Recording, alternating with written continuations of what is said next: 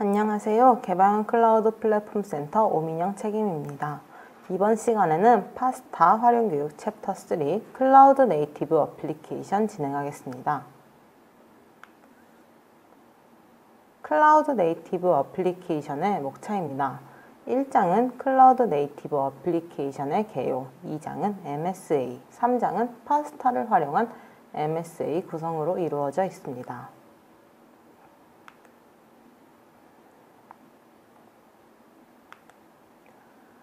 클라우드 네이티브 어플리케이션 개요 시작하겠습니다. 클라우드 네이티브 어플리케이션이란 무엇일까요? 우선 클라우드 네이티브란 클라우드 컴퓨팅 모델의 장점을 활용할 수 있도록 애플리케이션을 개발하고 실행하기 위한 접근 방식이라고 할 수 있습니다. 클라우드 네이티브 방식으로 애플리케이션을 만든다면 클라우드 환경에서 효율적으로 작동하고 탄력성, 사용량 기반 과금, 장애 인지 등과 같은 클라우드의 특징을 활용하게 됩니다. 기존 시스템에서 애플리케이션은 클라우드의 이점을 100% 활용하지 못했다면 마이크로 서비스 아키텍처를 채택하고 컨테이너, 쿠버네티스와 같은 기술과 도구, 데브옵스, 애자일 방법론 등을 도입하여 개발자 생산성, 비즈니스 민첩성, 확장성, 가용성 및 비용 절감 효과를 크게 높일 수 있습니다.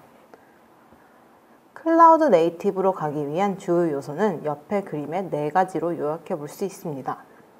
데브옵스, 컨티뉴스 딜리버리, 즉 소위 말하는 CI/CD, 마이크로 서비스, 컨테이너입니다. 앞서 말한 클라우드 네이티브의 4가지 구성 요소 중 첫 번째, 마이크로 서비스입니다. 마이크로 서비스란 어플리케이션을 API를 통해 통신하는 작은 서비스의 집합으로 개발하는 아키텍처형 접근법이라고 정의합니다. 마이크로 서비스 어플리케이션을 줄여서 MSA라고 말합니다. 어플리케이션을 구성하는 서비스들은 기존의 통짜형 구조로 생성하는 것이 아닌 아주 간단하고 독립적인 작은 단위로 분해하여 구축하고 각 구성 요소들을 네트워크로 통신하는 아키텍처로 서비스 안정성과 확장성을 지원합니다. 기존의 모놀리식은 전체 어플리케이션이 하나의 통합된 패키지 형태로 구성되어 있고 구성 모듈들이 의존적으로 연결되어 있기 때문에 기능 하나를 변경할 시에는 전체 애플리케이션을 재배포하여야 하는 번거로움이 있습니다. 반면 마이크로 서비스 아키텍처는 기능별로 나누어 구축하기 때문에 개별 서비스들을 더 쉽게 변경하거나 확장할 수 있으며 서비스마다 다른 언어나 프레임워크, 라이브러리 등을 사용할 수 있습니다. 마이크로 서비스 아키텍처는 그림처럼 애플리케이션을 이루는 서비스들을 기능 단위로 쪼개서 구축합니다. 서비스끼리는 프로그래밍 언어에 구속받지 않는 API를 통해서 통신하며 각 서비스는 자체 DB를 가지게 됩니다. 다음은 데브옵스입니다. 데브옵스란 프로세스 자동화를 목표로 개발자와 운영자가 협업, 짧은 주기 내 신뢰성 있는 소프트웨어 생성, 테스트, 릴리즈할 수 있는 문화와 환경입니다. 개발의 DEV와 운영의 OPS를 합쳐서 만든 용어로서 개발과 운영 간의 프로세스를 통합하여 궁극적으로는 고객에게 뛰어난 품질의 서비스를 빠르게 제공한다는 개발 방법론입니다. 과거 새로운 서비스를 출시하기 위해서 오랜 시간 동안 작업 후 배포했던 것과 달리 현재는 서비스 출시 속도가 빠르고 업데이트 주기 또한 빈번해졌습니다. 그렇기 때문에 개발된 소프트웨어가 시스템의 안정성을 유지하면서 사용자에게 빠르게 제공될 수 있도록 개발, 테스트, 배포, 운영의 업무 사이클을 자동화된 단일 워크플로우로 통합할 필요성이 생긴 것입니다. 앞서 말한 데브옵스에 이어서 데브옵스가 가능하도록 이루어지기 위해서는 컨티뉴스 딜리버리가 필수적입니다. CI/CD란 말을 많이 들어보셨을 것입니다. 거의 같은 의미라고 보셔도 되는데요. CI는 Continuous Integration, 즉 지속적 통합을 의미하고 CD는 Continuous Delivery, 즉 지속적인 서비스 제공 또는 Continuous Deployment, 지속적인 배포를 의미합니다. 두 가지 모두 파이프라인의 추가 단계에 대한 자동화를 뜻하지만 때로는 얼마나 많은 자동화가 이루어지고 있는지를 설명하기 위해 별도로 사용되기도 합니다. Continuous Delivery, 즉 지속적 제공은 어플리케이션 코드 변경에 대해 정기적으로 빌드 및 테스트를 진행, 지속적인 통합 및 서비스를 제공하여 잦은 빌드 배포에 대한 신뢰성 확보를 의미합니다. 이는 개발팀과 비즈니스팀 간의 가시성과 커뮤니케이션 부족 문제를 해결해 줍니다. 또한 지속적인 제공은 최소한의 노력으로 새로운 코드를 배포하는 것을 목표로 합니다.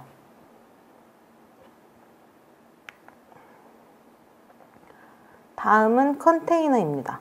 컨테이너란 운영체제 레벨 가상화 지원, 격리된 컨테이너 공간에 고유의 프로세스와 리소스를 할당하여 마이크로 서비스의 배포 수단으로 이용하는 것을 의미합니다.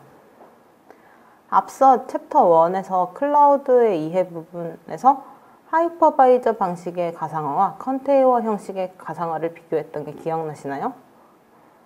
컨테이너는 애플리케이션을 구동하기 위해서 OS가 필요하지 않아 가볍고 애플리케이션 실행에 필요한 모든 것, 예를 들어 라이브러리, 바이너리, 기타 구성 파일 등을 패키지로 묶어서 컨테이너 이미지를 만들어 사용하기 때문에 컨테이너가 작동하는 환경이라면 어디서든지 실행시킬 수 있다는 장점이 있습니다. 클라우드 네이티브 어플리케이션이란 클라우드 네이티브를 이용해서 만든 애플리케이션입니다. 애플리케이션에는 개발 용도와 개발 방식에 따라서 데스크탑용 네이티브 어플리케이션, 웹 어플리케이션, 그리고 클라우드 네이티브 어플리케이션 등으로 구분할 수 있습니다. 데스크탑용 네이티브 어플리케이션은 데스크탑 앱이라고도 말하며 특정 플랫폼이나 디바이스에서 사용되도록 개발된 애플리케이션입니다.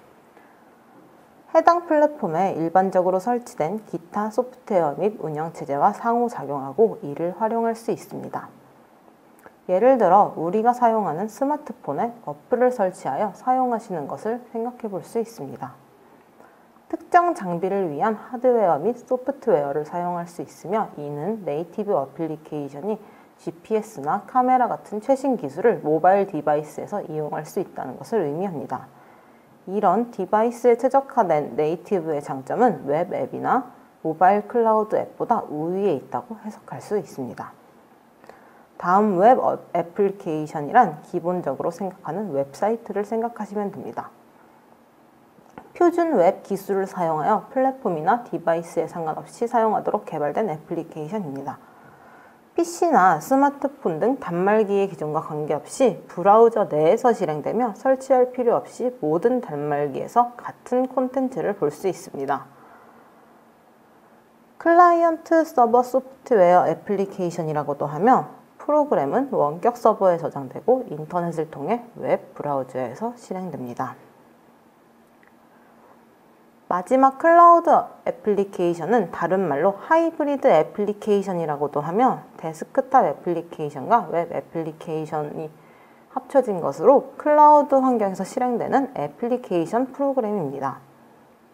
웹 애플리케이션과 마찬가지로 특정 기기에 종속될 필요가 없으며 온라인으로 쉽게 업데이트가 가능합니다. 클라우드 네이티브 어플리케이션은 사용자가 통제 가능하지만 사용자의 컴퓨터나 저장 장치의 저장 공간을 사용할 수는 없습니다. 잘 작성된 클라우드 앱은 데스크탑의 호환성과 웹 앱의 휴대성을 모두 제공합니다.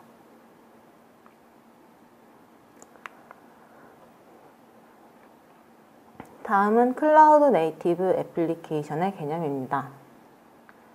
클라우드 네이티브 애플리케이션이란 클라우드 환경에 최적화되어 서비스되도록 개발된 애플리케이션을 말합니다. 클라우드 네이티브 애플리케이션의 핵심은 서비스입니다. 아래 설명들은 앞서 말한 클라우드 네이티브의 4가지 대표적 필수 구성 요소 중 하나인 마이크로 서비스를 사용하여야 하는 이유와도 같습니다. 클라우드 네이티브 애플리케이션을 구현하기 위해서는 클라우드 기반으로 애플리케이션을 여러 개의 독립적인 기능을 하는 서비스로 구분하며 서비스들을 어떻게 구성하고 어떻게 연결하고 어떻게 관리하느냐가 관건입니다. 서비스들을 묶어서 하나의 통합된 비즈니스 서비스를 할 수 있도록 하기 위해선 다양한 기능과 기술이 필요합니다. 클라우드 네이티브 어플리케이션에 대해서 발표한 논문에서는 클라우드 네이티브 애플리케이션은 최소의 상태, 컴포넌트들이 격리된 상태의 마이크로 서비스로 구성되며 각각의 서비스는 분산되고 탄력적이며 수평적 확장성 있는 시스템으로 구성됨. 또한 애플리케이션과 각각의 독립적인 배포 단위는 클라우드 중심의 디자인 패턴들과 셀프 서비스 가능한 탄력적인 플랫폼에서 운영되도록 설계되어 있음이라고 나와 있습니다.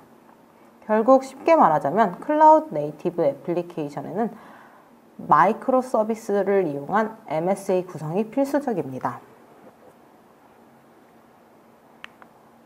전통적인 애플리케이션 아키텍처와 클라우드 네이티브 아키텍처는 다음 표와 같은 차이점이 있습니다.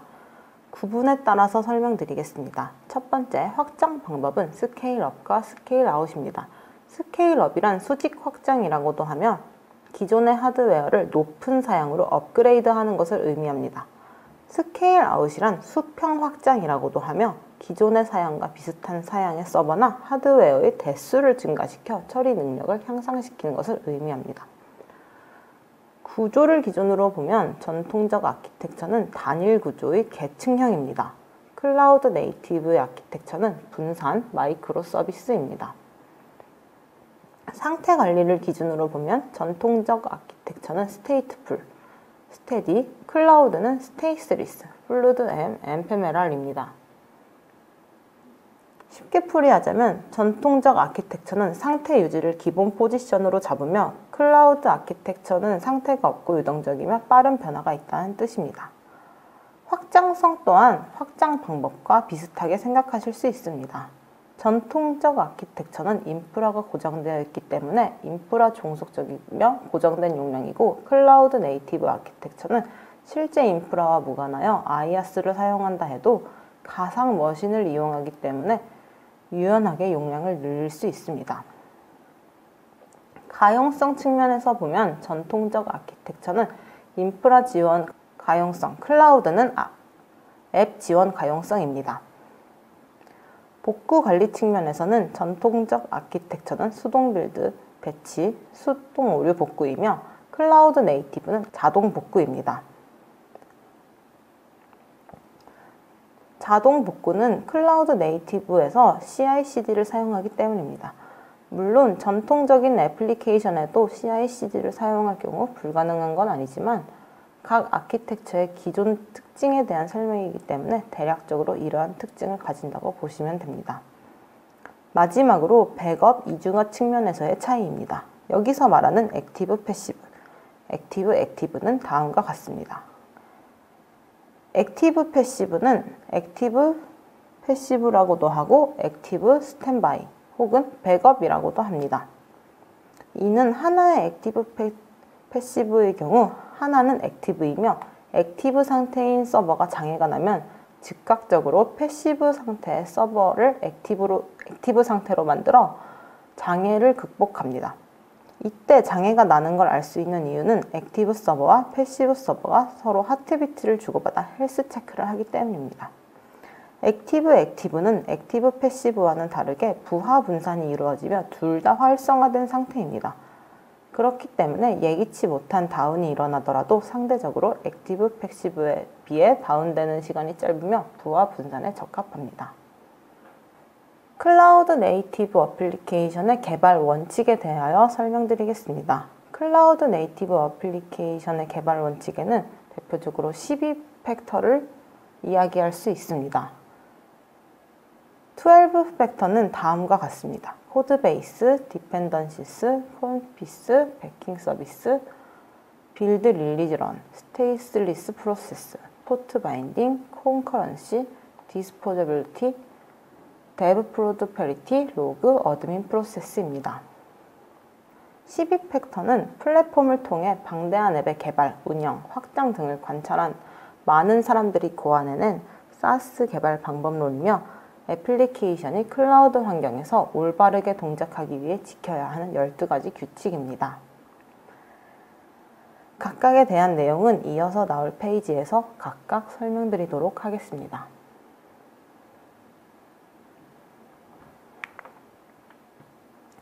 첫 번째, 코드 베이스입니다.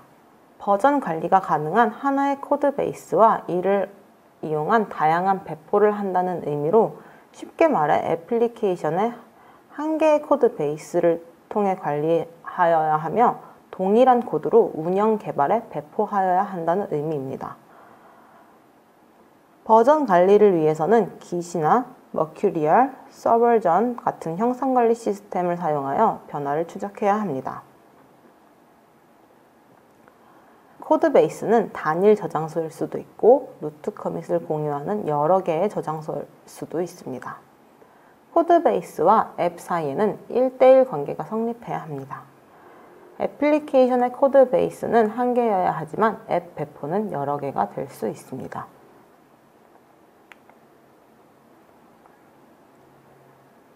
두 번째 원칙, 종속성입니다. 디펜던시스라고도 하며 애플리케이션의 모든 종속성을 명시적으로 선언하여 사용하여야 하는 것을 의미합니다. 애플리케이션은 특정 패키지에 암묵적으로 존재하는 것에 의존할 수 없습니다.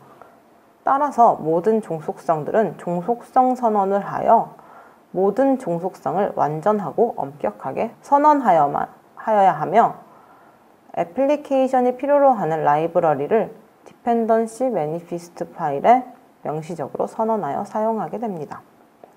특정 시스템에 종속되어 있는 툴, 예를 들어 curl 등의 사용을 허용하지 않습니다. 예를 들어 curl을 사용하게 되면 OS에 따라 오동작할 수 있기 때문입니다. 신규 참여자는 애플리케이션의 코드베이스를 개발 머신에 체크아웃하고 런타임과 종속성 매니저만 설치하여 빌드할 수 있어야 합니다. 세 번째, 설정입니다. config, 즉 설정은 코드로부터 분리된 공간에 저장되어야 하며 런타임에서 코드에 의해 읽혀야 합니다. 이때 환경에 저장된 설정을 이용합니다. 애플리케이션 설정은 배포마다 달라질 수 있는 모든 것을 의미합니다. 예를 들어 데이터베이스나 백엔드 서비스를 처리하는 리소스라든지 외부 리소스의 인증 정보라든지 각 배포마다 달라지는 값들입니다.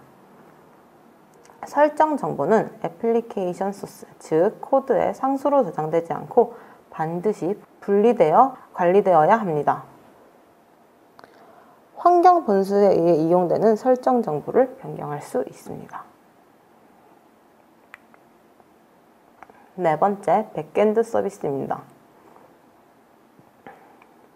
백엔드 서비스를 연결된 리소스로 취급합니다. 사스의 리소스는 자유롭게 배포에 연결되거나 분리할 수 있고 코드 수정 없이 전환이 가능해야 합니다. 예를 들어 DB를 MySQL에서 아마존 RDS로 전환할 때 코드 수정 없이 가능해야 합니다. 백엔드 서비스는 애플리케이션 정상 작동 중 네트워크를 이용하여 사용되는 모든 서비스를 의미합니다. 로컬 서비스와 서드파티 서비스를 구별하지 않으며 설정에 있는 즉 config 기능을 사용합니다. 설정에 있는 URL 또는 다른 로케이터와 인증 정보를 사용하여 접근하여야 합니다. 이렇게 하여 애플리케이션 코드를 수정하지 않고 백엔드 서비스 전환이 가능하여야 합니다. 다섯 번째, 빌드, 릴리즈, 실행입니다. 코드베이스는 빌드, 릴리즈, 런의 단계를 거쳐 배포로 변환됩니다. 각 단계는 철저하게 분리되어야 합니다. 코드베이스는 3단계를 즉 빌드, 릴리즈, 런의 단계를 거쳐 배포로 변환됩니다. 빌드 단계는 코드 저장소를 빌드라는 실행 가능한 번들로 변환하는 작업입니다. 릴리즈는 빌드 단계에서 만들어진 빌드와 배포의 현재 설정을 결합합니다. 실행에서는 선택된 릴리즈에 대한 애플리케이션 프로세스의 집합을 시작하여 실행합니다. 여섯 번째, 프로세스입니다. 실행 환경에서 앱은 하나 이상의 프로세스로 실행됩니다. 각 프로세스는 스테이스리스 상태로 아무것도 공유하지 않아야 합니다. 캐시 등을 위한 짧은 단일 프로세스에서 데이터 저장을 제외한 저장될 필요가 있는 모든 데이터는 데이터베이스 같은 백엔드 서비스에 저장하여야 합니다. 또한 매 실행 시마다 모든 로컬의 상태를 제거합니다. 다시 말해서 SaaS는 여러 개의 인스턴스로 배포될 수 있습니다. 각 인스턴스는 메모리 파일 등을 공유할 수 없으며 인스턴스가 재실행될 때 로컬 파일, 그리고 세션과 같은 상태 정보는 모두 초기화됩니다.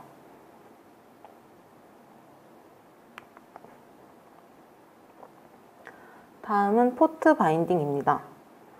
배포된 SaaS 어플리케이션을 타 어플리케이션에서 접근할 수 있도록 포트 바인딩을 통해 서비스를 공개합니다. 12팩터 앱은 완전히 독립적이며 실행 환경의 런타임 인젝션에 의존하지 않습니다. 특정 포트를 바인딩하여 서비스를 공개하며 해당 포트의 요청을 처리합니다.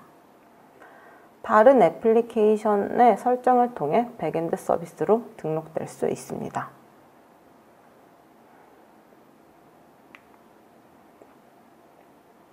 여덟 번째, 동시성입니다. 동시성이란 프로세스 모델을 통한 확장을 의미합니다. 모든 컴퓨터 프로그램은 실행되면 하나 이상의 프로세스로 표현됩니다.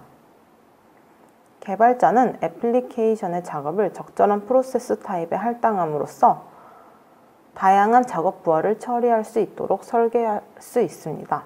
예를 들어 HTTP 요청은 웹 프로세스가 처리하며 시간이 오래 걸리는 백그라운드 작업은 워커 프로세스가 처리하도록 할 수 있습니다.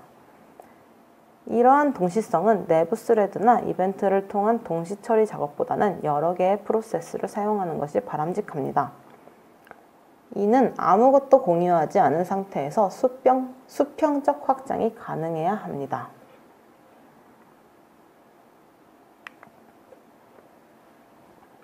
아홉 번째, 폐기 가능입니다. 빠른 시작과 그레이스풀 셧다운을 통한 안정성 극대화입니다. 여기서 말하는 그레이스풀 셧다운이란 직역하면 말 그대로 우아한 종료입니다. 이는 종료 전에 어떠한 종료 절차를 밟아서 최대한 사이트 이펙트를 내지 않게 로직들을 잘 처리하고 종료하는 것을 의미합니다. 이 폐기 가능 팩터를 충족시키기 위해서는 프로세스는 바로 시작하거나 종료할 수 있도록 설계합니다. 시작 시간을 최소화하여 릴리즈 작업과 확장이 민첩하게 이루어질 수 있습니다. 그레이스풀 셧다운을 통해 처리 중인 작업을 큐로 되돌리는 방법으로 구현됩니다. 갑작스러운 셧다운에도 작업을 큐로 돌릴 수 있도록 진행됩니다.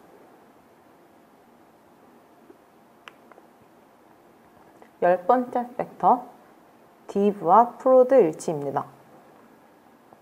데브 개발과 프로덕션, 운영 환경을 최대한 비슷하게 유지한다는 의미입니다. 개발 환경과 운영 환경의 차이를 작게 유지하여 지속적인 배포를 유지하여야 한다는 것을 의미합니다. 개발 환경과 운영 환경의 백엔드 서비스를 동일하게 유지하여 애플리케이션이 서로 다른 환경에서 백엔드 서비스의 차이로 오류가 나지 않도록 유지합니다.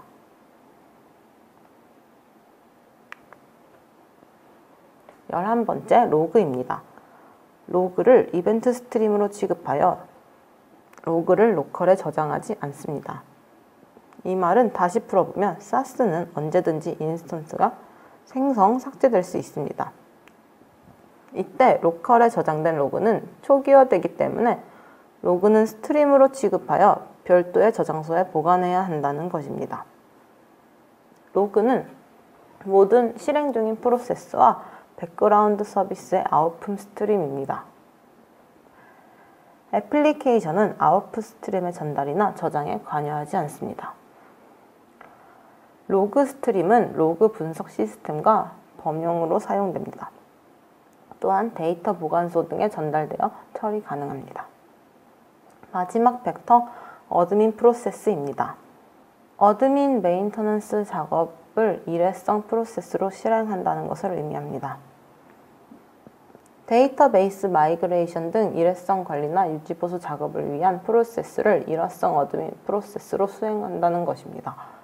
일회성 어드민 프로세서들은 릴리즈를 기반으로 실행되며 해당 릴리즈를 기반으로 돌아가는 모든 프로세스와 동일한 코드 베이스와 설정을 사용하여야 합니다. 개발자는 SSH나 배포의 실행 환경에서 제공하는 다른 원격 명령어 실행 메커니즘을 사용하여 어드민 프로세스를 실행할 수 있습니다. 이렇게 하여 마지막 팩터까지 애플리케이션이 클라우드 환경에서 올바르게 동작하기 위해 지켜야 하는 12가지 규칙, 12팩터에 대해서 설명드렸습니다. 그럼 이제부터는 왜 클라우드 네이티브 애플리케이션을 사용하는지에 대해 설명드리겠습니다. 클라우드 네이티브 애플리케이션 사용 이외에는 대표적으로 크게 4가지가 있습니다. 첫째, 스피드 오브 이노베이션, 직역하면 빠른 혁신입니다. 클라우드 네이티브 애플리케이션을 제작할 경우에는 기존의 레거시 시스템을 사용할 때보다 빠른 속도의 배포가 가능합니다. 따라서 다양한 신기술을 적용하여 애플리케이션 제공 또는 새 버전의 소프트웨어 배포가 용이합니다.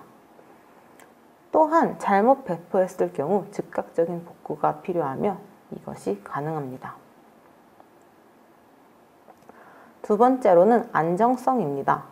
언제나 가능한 서비스로 장애가 있어도 마이크로 서비스를 이용한 클라우드 네이티브 애플리케이션은 서비스의 구성 범위를 제한하여 장애가 전체 시스템으로 퍼지지 않도록 의존성을 최소화시켜 놓았습니다.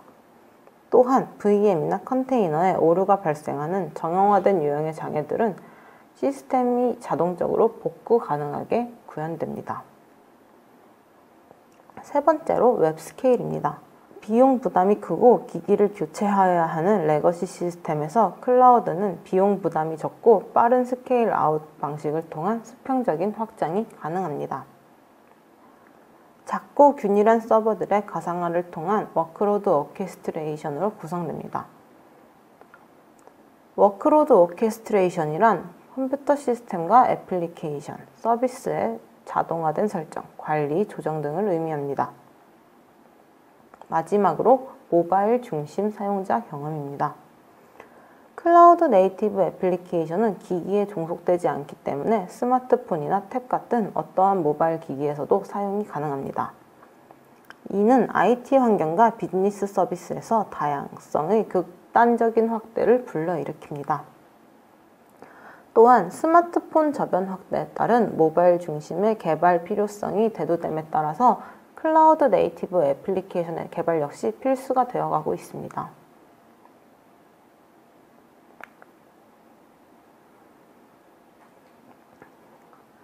왜 클라우드 네이티브 애플리케이션을 이용하는지에 따라서는 기존 애플리케이션 문제점이 대두됨에 따라서 더더욱 필요성이 중요해지고 있습니다.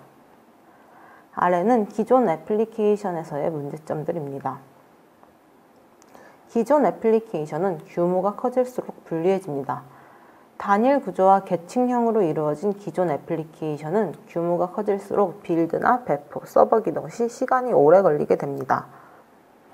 또한 한두 사람만 실수하게 되더라도 전체 시스템의 빌드 실패를 유발할 수 있으며 이는 프로젝트가 커질수록 협업하기 어려워지는 요인이 됩니다.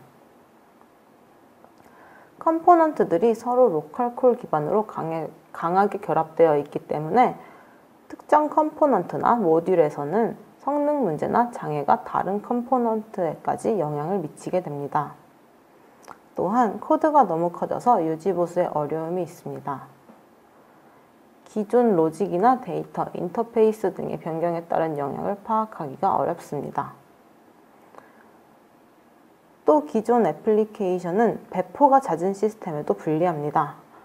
사소한 컴포넌트의 수정도 전체 애플리케이션을 재컴파일하여 배포하고 QA를 거쳐야 하기 때문에 배포가 잦은 시스템의 경우 네이티브 어플리케이션을 사용하는 것이 더욱 중요합니다. 또 기존 애플리케이션은 새로운 기술에 대한 도입이 어렵습니다. 컴포넌트별로 기능, 비기능적 특성에 맞춰서 다른 기술을 도입하고자 할 때 유연하지 않음 또한 대부분 한 가지 언어로 개발되기 때문에 다른 언어의 기술 추가가 어렵습니다. 예시로 파일 업로드, 다운로드와 같이 I/O 작업이 많은 컴포넌트의 경우 Node.js를 사용하는 것이 좋을 수 있으나 애플리케이션이 자바로 개발된다면 다른 기술 추가가 매우 어렵습니다. 또한 기존 애플리케이션을 클라우드에 바로 옮긴다고 해도 온프레미스 클라우드, CI와 연계된 배포 자동화, 향후 도커와 같은 컨테이너 기술과의 연계가 어렵습니다. 기존 애플리케이션의 또 다른 문제점은 경직성입니다. 시스템을 분리하거나 DB의 분리가 어렵고 시스템 간 연계의 증대에 대한 유연한 대응이 어렵습니다.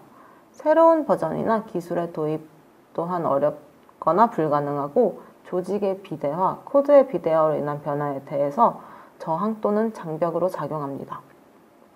한 애플리케이션에서 개발한 기능은 타 애플리케이션에서 사용하기 어렵습니다.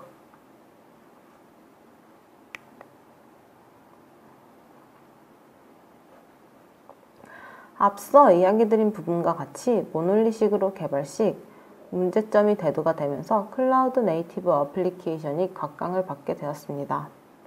클라우드 네이티브는 마이크로 서비스를 이용하여 애플리케이션을 API를 통해 통신하는 작은 서비스의 집합으로 개발합니다.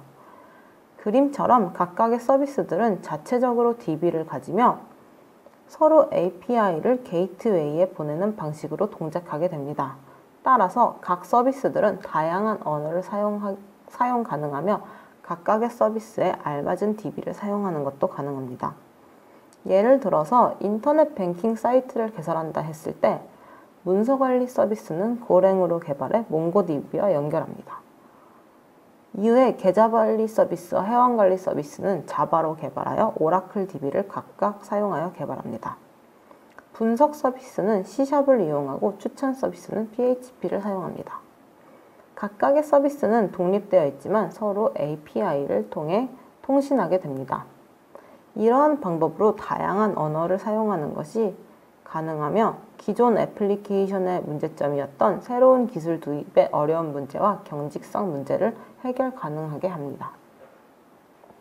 또한 기존의 전통적인 아키텍처의 확장성 문제에서도 클라우드 네이티브 아키텍처가 더 좋은 확장성을 가지고 있다고 볼 수 있습니다. 전통적인 아키텍처의 경우 트래픽 증가 시 특정 부분의 트래픽이 증가한다고 했을 때 해당 부분만 증가시킬 수 있기보다는 해당 앱이 동작하는 전체 서버 단위의 증설이 필요합니다. 예를 들어 그림에서 보시면은 업무 B의 서비스만 많은 트래픽이 발생한다고 할 때 전체적인 서버를 증설하여야만 업무 B를 포함한 모든 서버의 용량이 늘어나는 것입니다. 클라우드 네이티브 아키텍처의 경우는 트래픽이 증가한 서비스의 컨테이너만 유연하게 확장과 축소하는 것이 가능합니다. 서비스 ABC를 예시로 들었을 때 이러한 서비스들은 기능별로 나누어서 배포된 서비스들이기 때문에 만약 서비스 B에만 트래픽이 늘어나게 되면은 서비스 B의 인스턴스만 유연하게 확장하고 축소시킬 수 있습니다.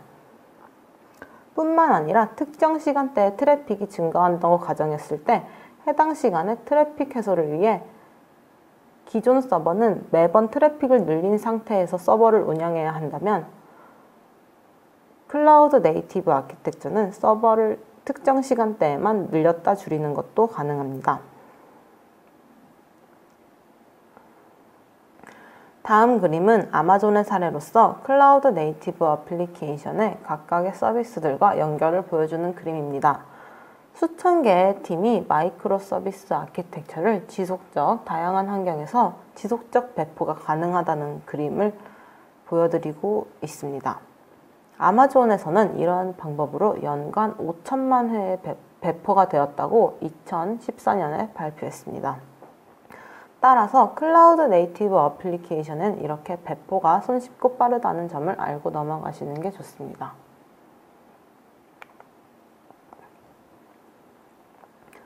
클라우드 네이티브 애플리케이션의 장점과 단점에 대하여 이야기하겠습니다.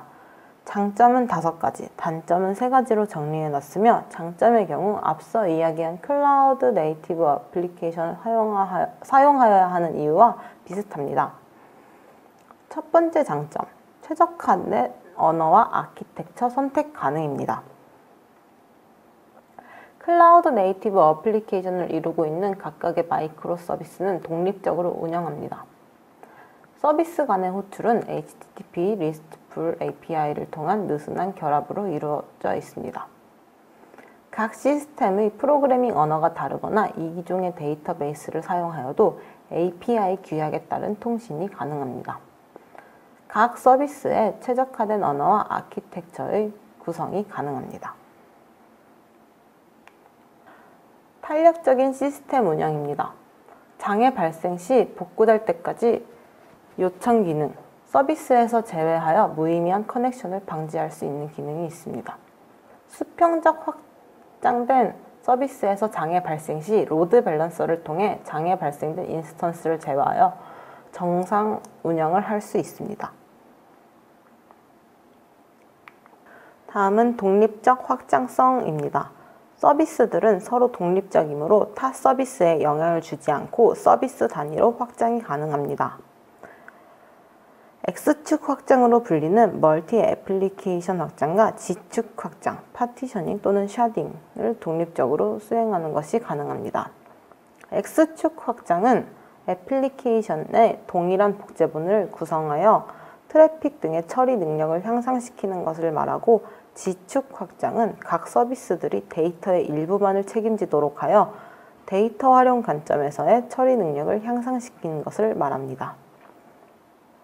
전체 시스템을 확장하여야 하는 모놀리식 방식에 비해 적은 리소스로 시스템 확장이 가능합니다.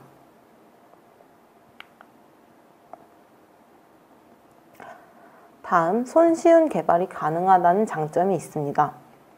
각각의 마이크로 서비스는 단일 기능만 수행하는 단순한 구조로 개발 속도와 개선에 높은 효율성을 보유합니다. 또한 클라우드에서 제공하는 하드웨어와 소프트웨어를 이용하여 빠른 구축이 가능합니다. 자동화된 단위 테스트와 시나리오 테스트를 통해 빠른 배포 주기에도 불구하고 뛰어난 품질을 유지할 수 있습니다.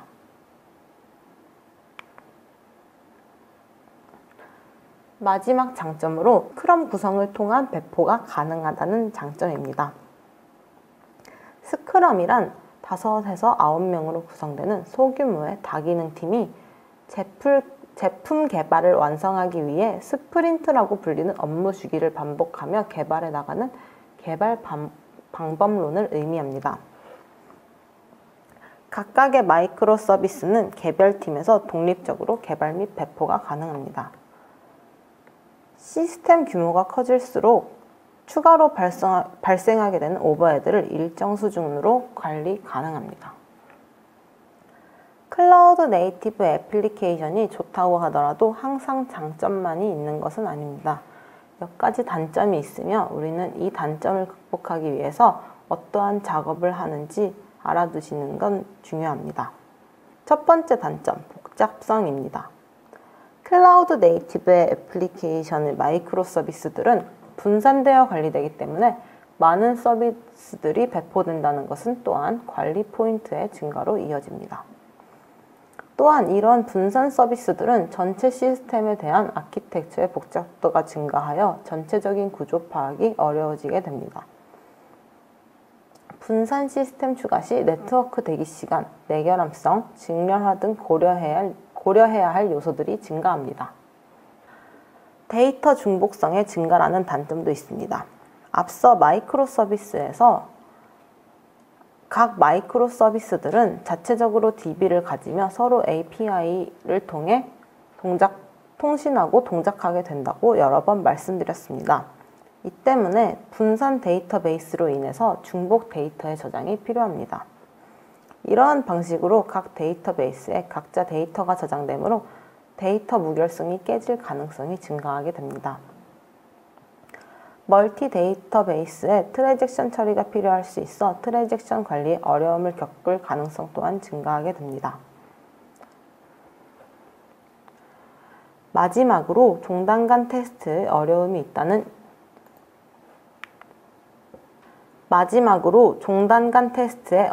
있다는 단점이 있습니다. 마이크로 서비스의 구조상 단일 비즈니스 로직 처리를 위하여 다수의 마이크로 서비스로 연계가 가능합니다. 이때 예외 사항 발생 시 이용되는 MSA 노드들을 모두 추적하여 에러 케이스의 확인이 필요합니다. 각 서비스의 개발 및 운영 담당자가 달라지면 에러 추적에서 어려움이 발생하게 됩니다.